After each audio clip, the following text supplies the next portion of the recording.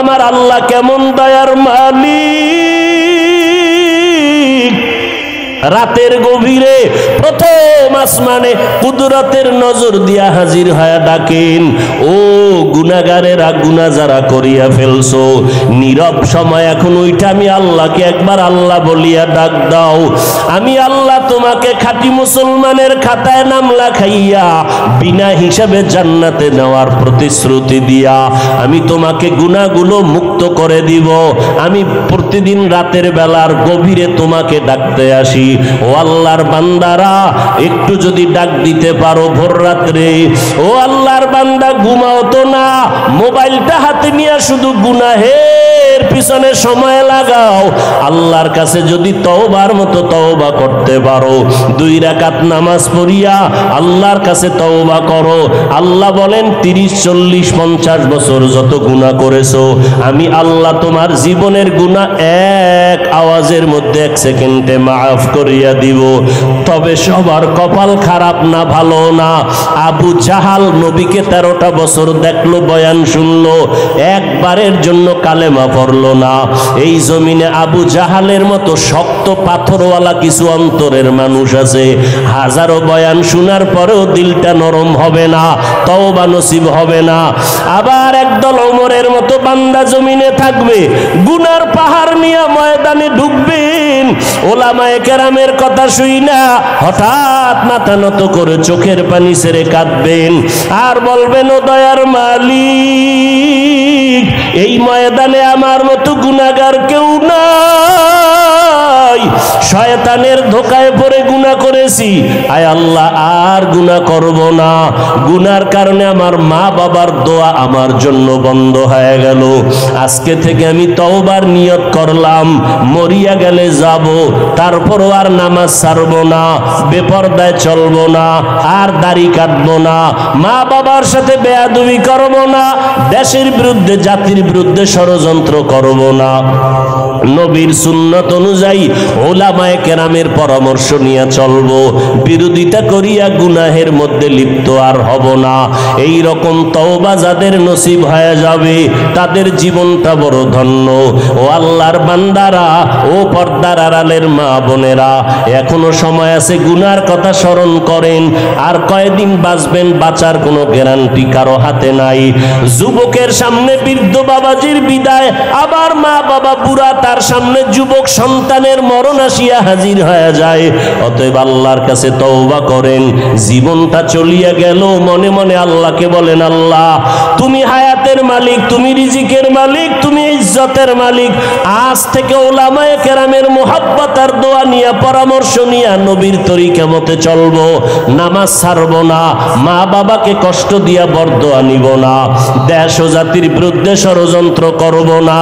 আল্লাহর কাছে মুহাব্বত লাগাইয়া তওবা যদি করে 2 ফোঁটা চোখের পানি ছেড়ে দিতে পারেন, আল্লাহ সাথে সাথে আপনার গুনাহগুলো মাফ করে দিবেন। যাদের অন্তর তৈরি হয়ে গেছে তওবা করার জন্য, অন্তরে কোনো দুর্বলতা নাই, মুনাফিকি নাই, তাদেরকে বলবো খাঁটি তওবার নিয়তে 2টো হাত আমার আল্লাহকে দেখায় দেই। আয় আল্লাহ, হাতগুলো কবুল করে নেন, তওবা কবুল করে নেন, তওবার উপরে মজবুত হইয়া চলার মতো তৌফিক দান করেন। আয় আল্লাহ, একটা হাতও খালি ফিরাইয়া দিয়েন না। আমার কলিজার যুবক, সবার হাতগুলো দ্বীনের জন্য কবুল করে নেন। চুয়াডাঙ্গার জমিনকে সুন্নাতওয়ালা জমিন বানায়া দেন, মা বোনদেরকে তওবাওয়ালা জিন্দেগি দান করেন, গুনাহের প্রতি ঘৃণা জমায়া দেন, মরণ পর্যন্ত তওবার উপরে মজবুত হয়ে চলার তৌফিক দান করেন, আমিন। দুরুহ মজবুর এ সৈয়দ আলম,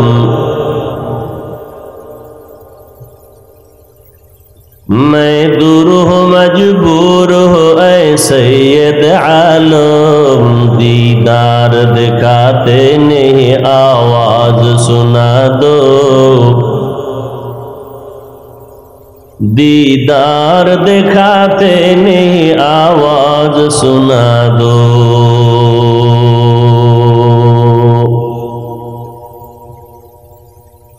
मैं सूरत यूसुफ को नहीं चाहने वाला, मैं सूरत यूसुफ को नहीं चाहने वाला, मैं कैस के मानंद नहीं आशिक लैला, मैं कैस के मानंद नहीं आशिक लैला।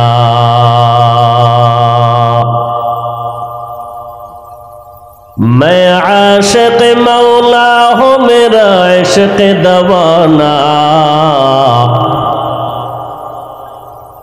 मैं आशिक मौला हूँ मेरा इश्क दवाना, ई जुमला जहाँ जिसकी तजल्ली से उजाला, ई जुमला जहाँ जिसकी तजल्ली से उजाला। ভলিউম বাড়াও, আরো মনিটরের সাউন্ড দাও।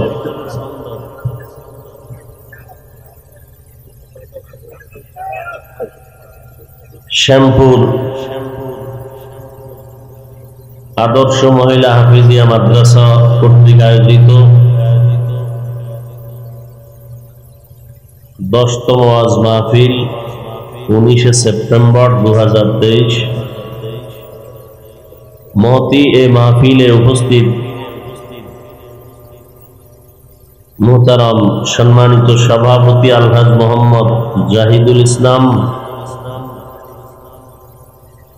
প্রধান অতিথি জনাব মোহাম্মদ আতিয়ার রহমান হাবু মেয়র মহোদয়,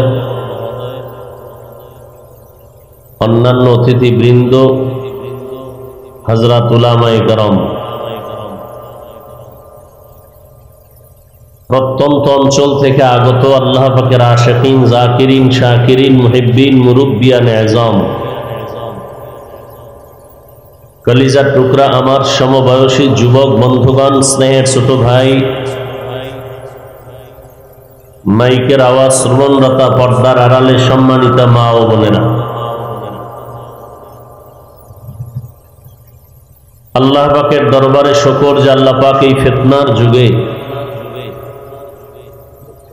হাজারো লাখো লাখো মানুষের মধ্য থেকে বাছাই করে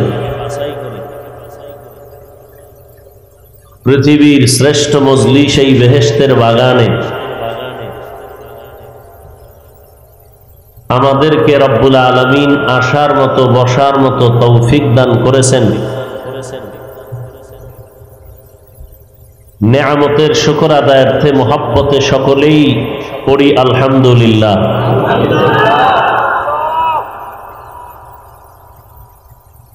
আল্লাহ পাকের নেয়ামতের শুকর আদায় করবেন আল্লাহর জমিনে বসে, আল্লাহর দেওয়া নেয়ামতের শক্তি দিয়া। মুসলমানের আওয়াজ বাতিলের জন্য এক আতঙ্ক। মোহাব্বতে জবান খুলে আর একবার পড়ি আলহামদুলিল্লাহ।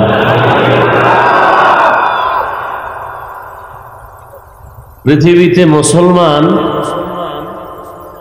দুর্বল, টাকা পয়সার দিক থেকে, বাড়ি গাড়ির দিক থেকে, কিন্তু এরপরও টাকা পয়সাওয়ালারা মুসলমানের ভয় পায়।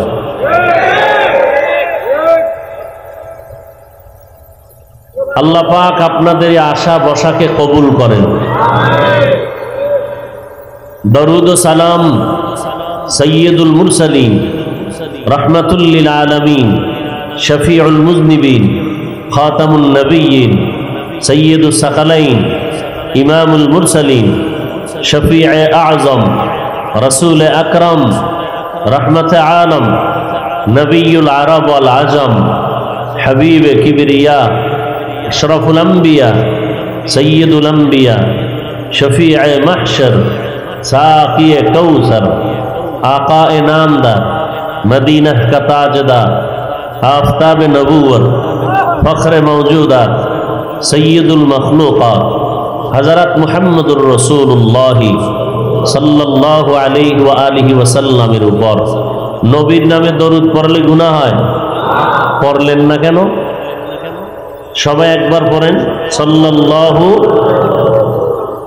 একবার পড়েছেন 3টা পুরস্কার পেয়ে গেছেন, 10টা গুনাহ মাফ হয়ে গেছে, 10টা নেক আমল নামায় যোগ হয়ে গেছে, আল্লাহর আদালতে 10 গুণ মর্যাদা বেড়ে গেছে। हर के बाशुद आमिले सल्लु मुदाम आतिशे दोज़ख शवद बरवाए हराम। বেশি বেশি দরুদ শরীফ পড়বেন ইনশাআল্লাহ, কমপক্ষে 100 বার পড়বেন প্রতিদিন। পারবো না? এই ব্যবসায়ী ভাইরা, সমস্যা ব্যবসায়, বসে বসে দরুদ পড়েন। অসুস্থ রোগীরা দরুদ শরীফ পড়েন। মুসিবতগ্রস্ত বেশি বেশি দরুদ পড়েন। পারা যাবে না ইনশাআল্লাহ? হাঁটতে চলতে উঠতে বসতে যখন সুযোগ পান দরুদ শরীফ পড়বেন। মসজিদে ঢুকতে দরুদ, বের হইতে দরুদ। আল্লাহ সবাইকে বেশি বেশি দরুদের আমল করার তৌফিক দান করেন। ভাই ইকো বন্ধ করে রিভাব দেন।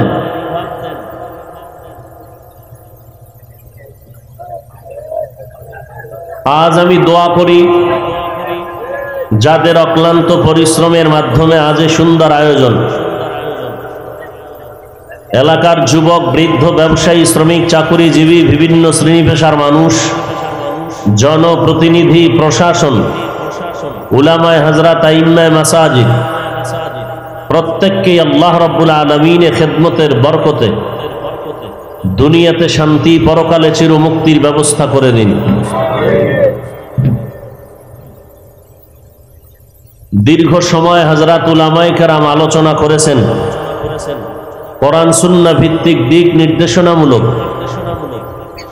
আপনারাও ধৈর্যের সাথে শ্রবণ করেছেন। উলামায়ে কেরামদের সহি কথা, সহি তরিকায় আমাদের আমল করার তৌফিক দান করেন।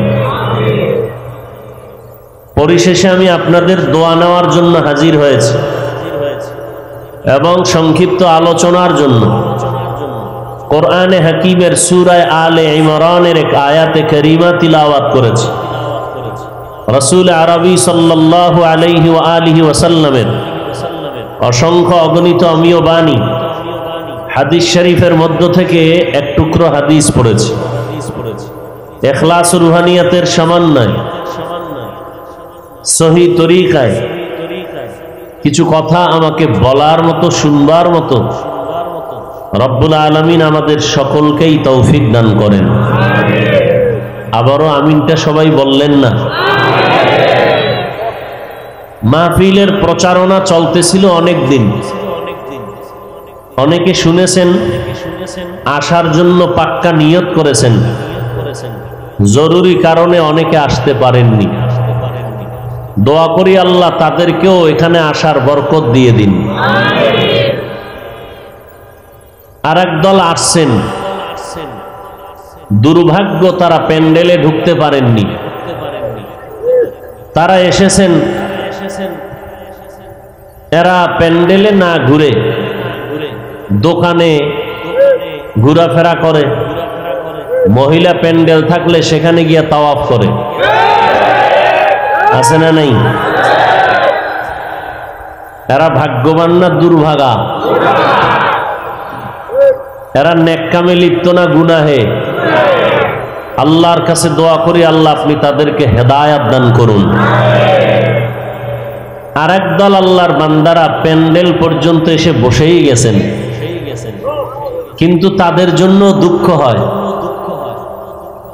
বহুদিনের আকাঙ্ক্ষা, বয়ানে বসবেন, আসবেন, চোখে চোখ রেখে কথা শুনবো, মোহাব্বতের সাথে কলবের দরজা খুলে দিব,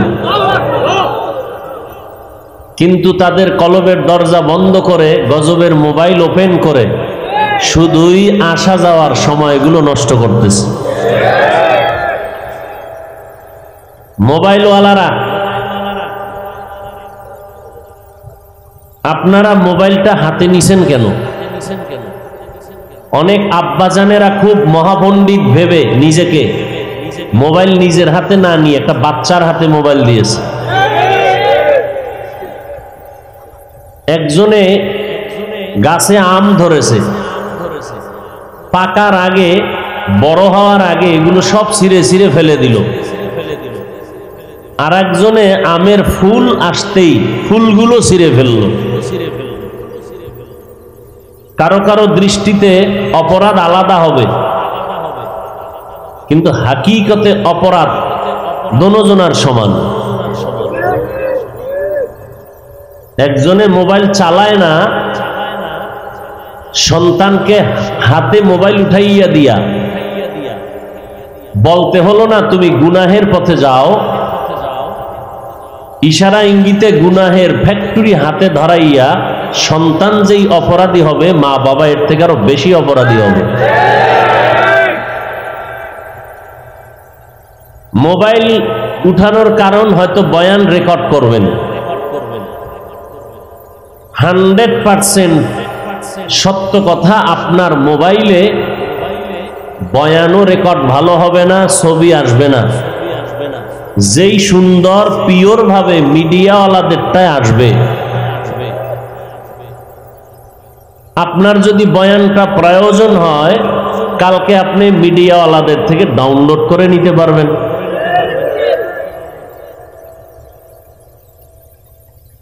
খামোখা আপনি সময় নষ্ট করে মোবাইলের পিছনে বরকত থেকে বঞ্চিত হচ্ছেন কেন?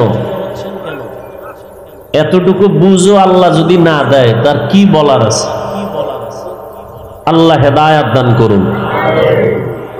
আর একদল আল্লাহর বান্দা আছেন, এদেরকেও আমি দুর্ভাগা বলবো। তারা কারা? বয়ানে বসে 1 ঘন্টা 2 ঘন্টা 3 ঘন্টা দীর্ঘ টাইম বয়ান শুনবে, মোনাজাতের 10 মিনিট আগেই চলে যাবে। কেন? এদের উপরে শয়তান গালেব হয়ে গেছে। কারণ শয়তান তো বড় আলেম, ও ভালো করে জানে ও যদি সারা রাত বয়ান শুনে কোনো ফায়দা নাই, মোনাজাত দিলে সমস্যা। কারণ মোনাজাত দিলে একজনার দোয়া কবুল হয়ে গেলে সবার দোয়া কবুল হয়ে যাবে। ইবলিস এটা চায় না। এজন্য দেখবেন মোনাজাতের আগে অনেক মানুষ চলে যায়, ওর কপালে দোয়ার বরকত নেই। এটা কোন জেলা? চুয়াডাঙ্গা।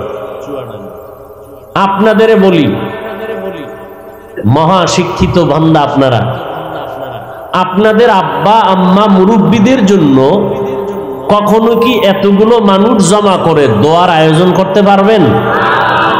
সম্ভব? হ্যাঁ, কেউ কেউ পারবেন, টাকাওয়ালারা। কিন্তু পারলেও কি প্যান্ডেল সাজাইয়া এই জান্নাতি মানুষগুলো দাওয়াত দিবেন না? দিবেন? তাদের প্যান্ডেলে থাকবে সুদখোর ঘুষখোর, যাদের মোনাজাত কবুল হয় না। সুদখোরের মোনাজাত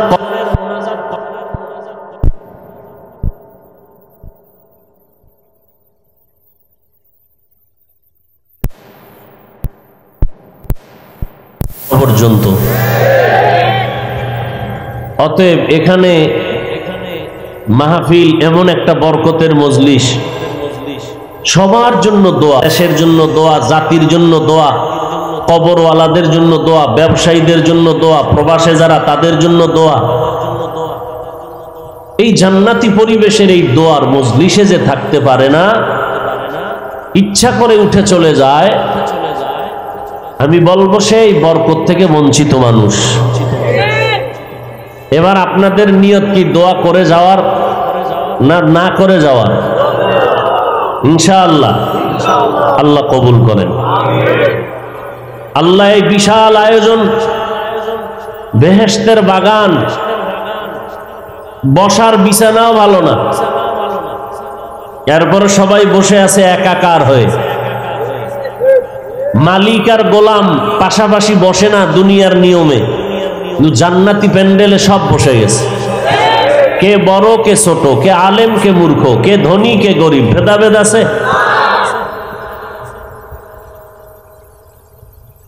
এটা ইসলাম ধর্মের মাধ্যমে সম্ভব, মদিনাওয়ালার আদর্শের কারণে সম্ভব।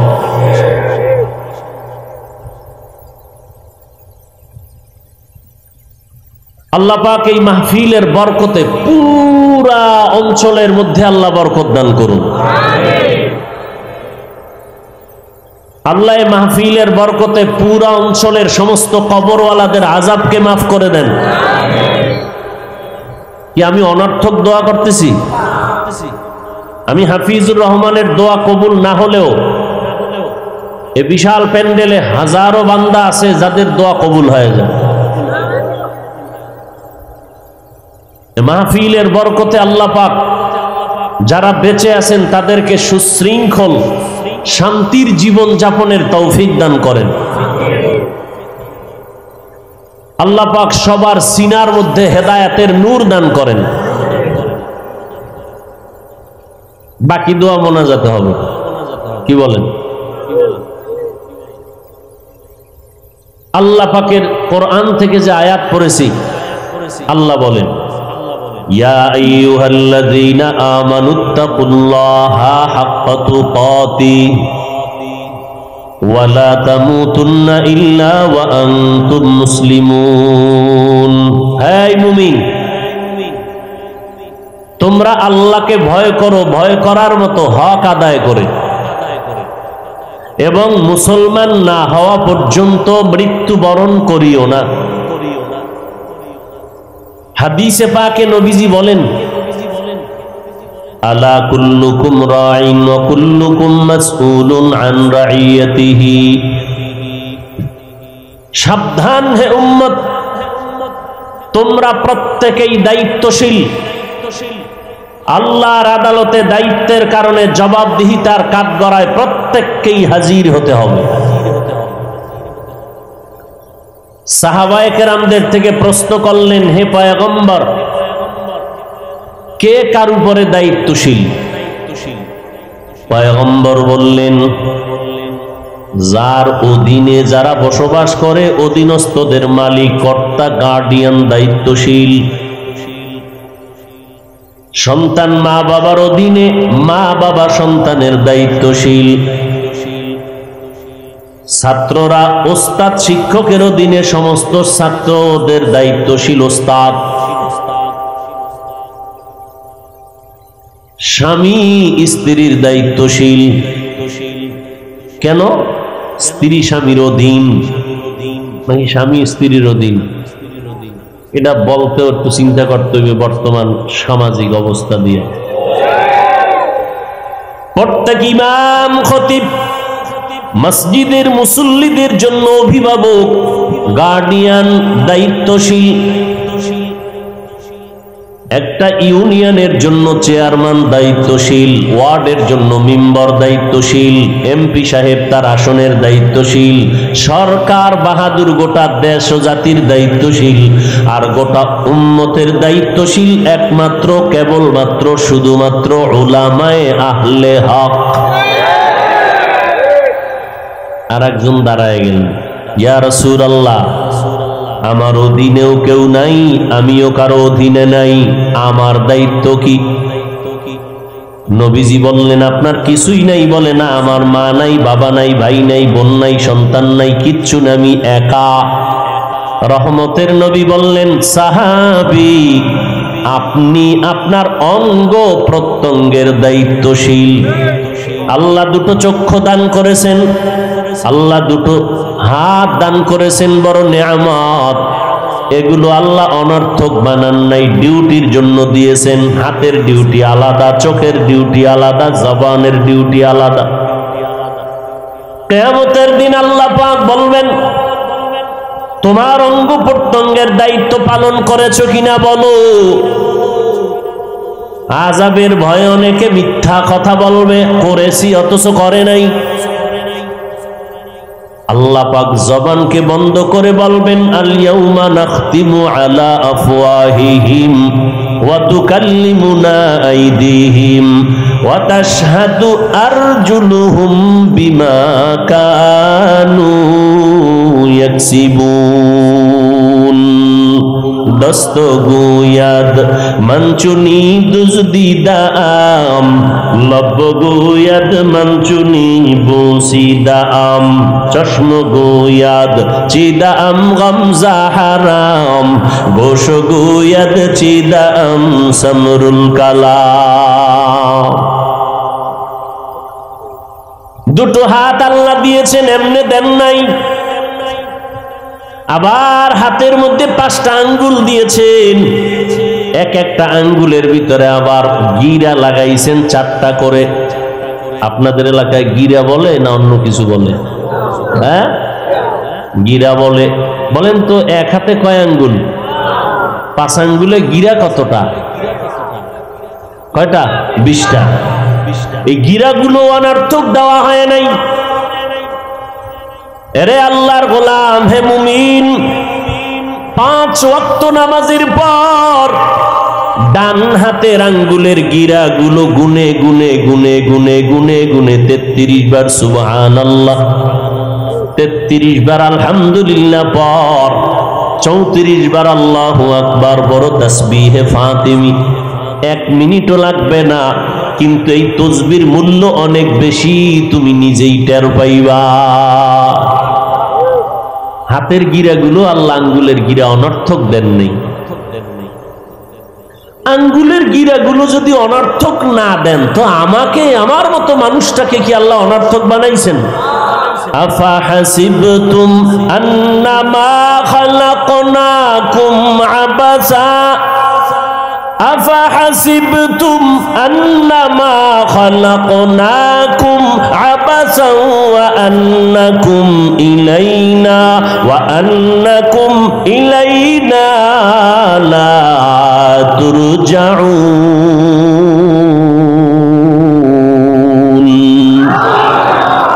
كلام زندہ قرآن حکیم حکمت اولا یزال ستو قدیم جمیع العلم فی القرآن حکیم تقاصرت عنه افهام الرجالی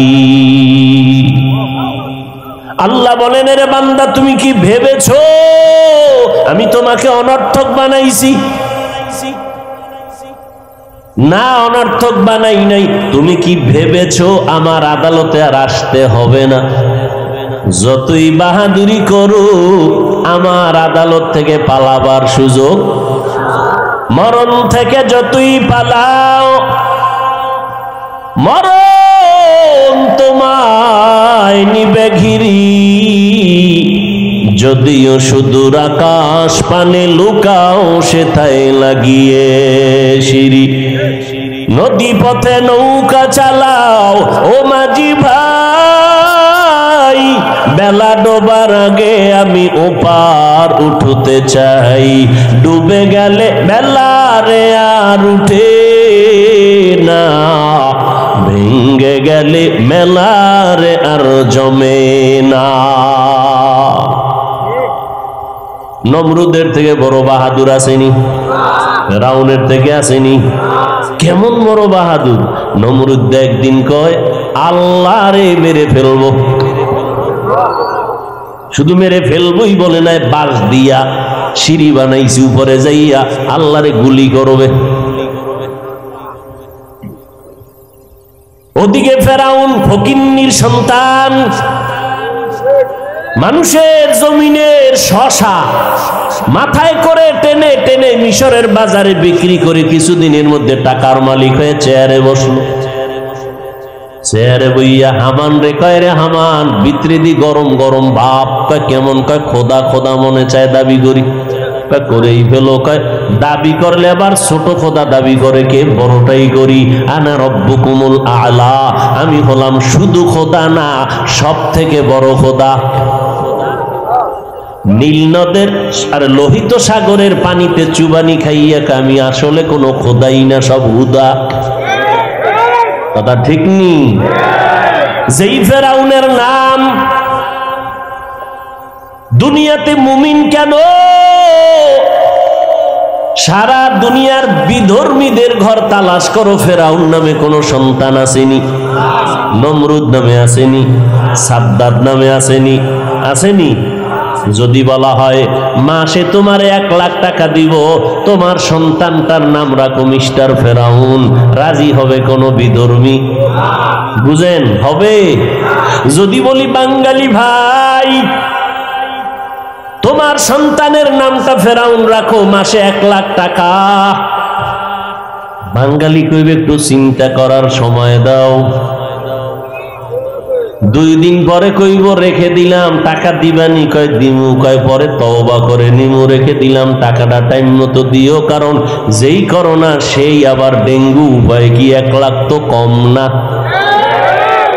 কোটি টাকার মালিক দেখো অভাব হয় না দূর, গরিব ঘুমায় আরাম করে মনটা বাহাদুর। ফেরাউনের লাশটা দেখো মিশর জাদু ঘরে, খায় না মাটি পোকা মাছি সবাই ঘৃণা করে। হৃদয়ে থাকিবে যার নম্রতা সাদা, রহমত আসিবে সেটা প্রভুর ওয়াদা। বড়র বাড়াই থাকলে দিলে রহমত আসবে না, নিজেকে নিজে ছোট মনে করিও সাদা। উঁচু জমিন থেকে পানি নিচু জমিনে যায়, তেমনি খোদার রহমত আসে নম্রতার হৃদয়। ভোগবিলাসের বাড়ি গাড়ি পরে রবে সব, ভোগবিলাসের বাড়ি গাড়ি পরে রবে সব, থাকতে সময় স্মরণ করো আল্লাহ আমার রব, থাকতে সময় স্মরণ করো আল্লাহ আমার রব। আমাদের রবকে ইন্নাল্লাযীনা ক্বালু রাব্বুনাল্লাহু সুম্মা ইসতাকামু ফালা খাউফুন আলাইহিম ওয়ালা হুম ইয়াহজানুন।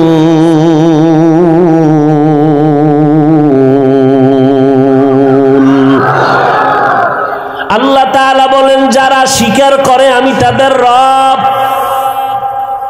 তাদের কোনো ভয় নাই, কোনো পেরেশানি নাই। রে মুমিন, আমি আল্লাহর কোনো ছেলে নাই, কোনো মেয়ে নাই। লাম ইয়ালিদ লাম ইউলাদে উলাইকাস, লাম ইয়ালিদ লাম ইউলাদে উলাইকাস, ওয়ালিদু মাউলুদরা উ খালেকাস। আল্লাহর কোনো ছেলে নাই মেয়ে নাই, লাম ইয়ালিদ ওয়া লাম ইউলাদ। আল্লাহ কাউকে জন্ম দেন নাই, কারো থেকেও জন্ম নেন নাই। আল্লাহ তাআলা বলেন আমি এক, এই জমিনের মধ্যে আমি যা কিছু বানাইলাম আমি এক আল্লাহ, আমি হলাম খালেক। আর সব হলো এক বচনে মাখলুক, বহু বচনে মাখলুকত। জিন বানাইছি আগুন দিয়া, ফেরেশতা বানাইলাম নূর দিয়া, মানুষ বানাইলাম মাটি দ্বারা। আমি যা কিছু বানাইছি, আসমান বানাইলাম, জমিন বানাইলাম। এ জমিন থেকে 500 বছরের দূরত্বে প্রথম আসমান, এক একটা আসমান 500 বছরের মতো মোটা। আবার এক আসমান থেকে আর এক আসমানের মাঝখানে ফাঁকা 500 বছর। এইভাবে 7টা আসমান আমি টানায় রাখছি। নিচের থেকে কোনো খুঁটিও নাই, উপর থেকে কোনো রশির টানাও নাই। এরে বান্দা তাকায় দেখ, এর মধ্যে আবার সূর্যের আলো দিয়া রাখলাম, তারকা দিয়া সাজাইলাম, চাঁদের আলো দিয়া সাজাইলাম, আবার এই রকম 7টা জমিন আমি বানাইলাম। কিন্তু আমি এত সুন্দর আসমান জমিন চন্দ্র সূর্য বানাইছি, আমি আল্লাহ বানাইলো ওগুলোর প্রতি আমি আশেক না, এদেরকে আমি বেশি মহব্বতের জন্য বানাই নাই। আমি আল্লাহ একজন, আর বাকি যা কিছু বানাইছি এর মধ্যে আমার মহব্বতের পাত্র হলো একমাত্র মানুষ। অতএব তোমরা যদি আমার রুবুবিয়তকে মেনে নাও, আমি আল্লাহ পাক রব্বুল আলামিন তোমাকে বিনা হিসাবে জান্নাত দিয়ে দিব। আরো আস্তে করে বলেন, জান্নাত চাইতো ইনশাআল্লাহ। হিসাব দিয়া না বিনা হিসাবে? হিসাব দিয়া যদি যাওয়ার চিন্তা করেন তো জাহান্নামে যাওয়া ছাড়া উপায়। আল্লাহ আমাদের বিনা হিসাবে জান্নাত দান করেন। জান্নাত পাওয়ার জন্য বেশি বেশি বিড়ি টানতে হবে। হ্যাঁ হ্যাঁ, এই এত বিশাল প্যান্ডেল, গল্প করবেন, লক্ষ লক্ষ মানুষ, চাপার জোরে কইবে 20 লাখ 10 লাখ। এই চাপাবাজিতে ফায়দা কি যদি ফজরের নামাজে কেউ না যায়? আছে কোনো ফায়দা? হাজার হাজার মুসলমান, কিন্তু বড় দুঃখ, অনেক আশেকে রাসূল এই প্যান্ডেলে বসে আছেন, আজকে ফজরের নামাজ পড়েন নাই, যোহর পড়েন নাই, আসর পড়েন নাই, মাগরিব পড়েন নাই, এশাও পড়েন নাই। মোনাজাতের পরে আবার বিড়ি টেনে টেনে আশেকরা বাড়ি যাবে, গিয়া ঘুমাবে না, মোবাইলের মোরাকাবায় শুয়া পড়বে। মোবাইলের দিকে তাকাইয়া কবিরা গুনাহ করে করে ফজরের আগে ঘুমায় যাবে। চিন্তা করার টাইম নাই, ফজরের নামাজেরও খবর নাই। অথচ মদিনার নবী বলেন, বাইনাল আবদি ওয়া বাইনাল কুফরি তারকুস সালাহ। মুমিন আর বিধর্মীদের ব্যবধান হলো নামাজ। মুমিনেরা নামাজ ছাড়ে না, বেঈমানেরা নামাজ পড়ে না। মদিনার নবী বলেন, এশার নামাজ পড়ে যদি ঘুমাইয়া যাও রে মুমিন, ঘুম থেকে উঠে যদি আবার ফজরের নামাজ আদায় করতে পারো, ঘুমাইয়া যেই সময়টা কাটাইলি ওই সময়টাও নেকের পাল্লায় ওজন হয়ে যাবে। একটুখানি নেকের তরে রোজ হাসরের মাঠেতে বাবা ঘুরবে ছেলের পিছে, ছেলে বাবার আগেতে। আহাতে মন কঠিন দিনেতে নামাজ তোমায় ভুলবে না, ঠিক মতো পড়িলে নামাজ জান্নাত তোমার ঠিকানা। ঘুমের চেয়ে নামাজ ভালো আর তুমি ঘুমাইও না, ঠিক মতো পড়িলে নামাজ জান্নাত তোমার ঠিকানা।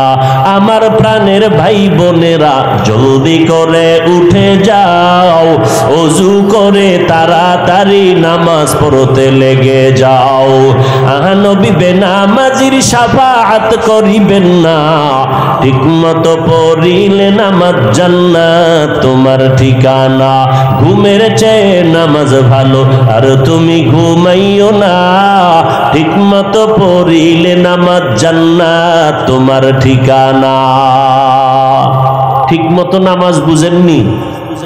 5 ওয়াক্ত না পারলেও জুমাটা, হ্যাঁ নামাজ কয় ওয়াক্ত?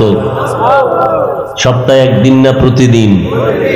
এই যুবকেরা, মাঝে মাঝে 2-1 ওয়াক্ত নামাজ না পড়লে কোনো সমস্যা হবে? হবে হবে বলার পরে যদি নামাজ না পড়ো, বিচারটা কেমন কঠিন হবে তোমার, ভালো করে বুঝো। নামাজ আল্লাহ চ্যালেঞ্জ দিয়ে বলেছেন কোরআনে, ইন্নাস সালাতা তানহা আনিল ফাহশাই ওয়াল মুনকার ওয়া লাযিকরুল্লাহি আকবার। নিশ্চয়ই নামাজ মানুষকে সমস্ত পাপের জগৎ থেকে ফিরাইবে। নামাজ আল্লাহর চ্যালেঞ্জ দেওয়া, অথচ বহু নামাজি নামাজ পড়ে সুদ খায়, মিথ্যা কথা বলে, অন্যের হক নষ্ট করে। আছে না না? বিষয় কি? আল্লাহর চ্যালেঞ্জ গেল কই? আল্লাহ তো চ্যালেঞ্জ দিছেন নামাজ মানুষকে সমস্ত পাপের জগৎ থেকে মুক্ত করে দিবে, অথচ নামাজি বান্দা নামাজ পড়ে মিথ্যা ছাড়ে না, ঘুষ ছাড়ে না, সুদ ছাড়ে না, অন্যের হক নষ্ট করা বন্ধ করে না। এখন নামাজটা কেমন নামাজ? আল্লাহ আর এক জায়গায় কয়, চ্যালেঞ্জ তো দিছি কিন্তু দরজা আর এক জায়গা দিয়ে খোলা রাখছি, বুঝো নাই? বলে কি? পরে বল, কোরআন পড়ে দেখ। আরাআইতাল্লাযী ইউকাযযিবু বিদ্দীন, আসেনি একটা সূরা? যারা পারেন আস্তে আস্তে ঠোঁট নাড়াবেন। আরাআইতাল্লাযী ইউকাযযিবু বিদ্দীন ফাযালিকাল্লাযী ইয়াদউল ইয়াতীম ওয়া লা ইয়াহুদ্দু আলা তাআমিল মিসকিন ফাওয়াইলুল লিল মুসাল্লিন। ওয়াইল নামক জাহান্নাম মুসল্লিদের জন্য। মুসল্লি কারা? যারা নামাজ পড়ে না, আল্লাহ বলেন মুসল্লি যারা নামাজ পড়ে এদের জন্য ওয়াইল নামক জাহান্নাম। এক আয়াতে বললেন নামাজিরা গুনাহ থেকে মুক্ত পেয়ে বিনা হিসাবে জান্নাতে যাবে। আর এই আরাআইতাল্লাযী সূরা মাউনের মধ্যে বলেন মুসল্লিদের জন্য আমি আল্লাহ নিকৃষ্ট জাহান্নাম, ওয়াইল নামক জাহান্নাম বানায় রাখছি। কেমন মুসল্লি? নামাজও পড়ে, মিথ্যা কথাও বলে।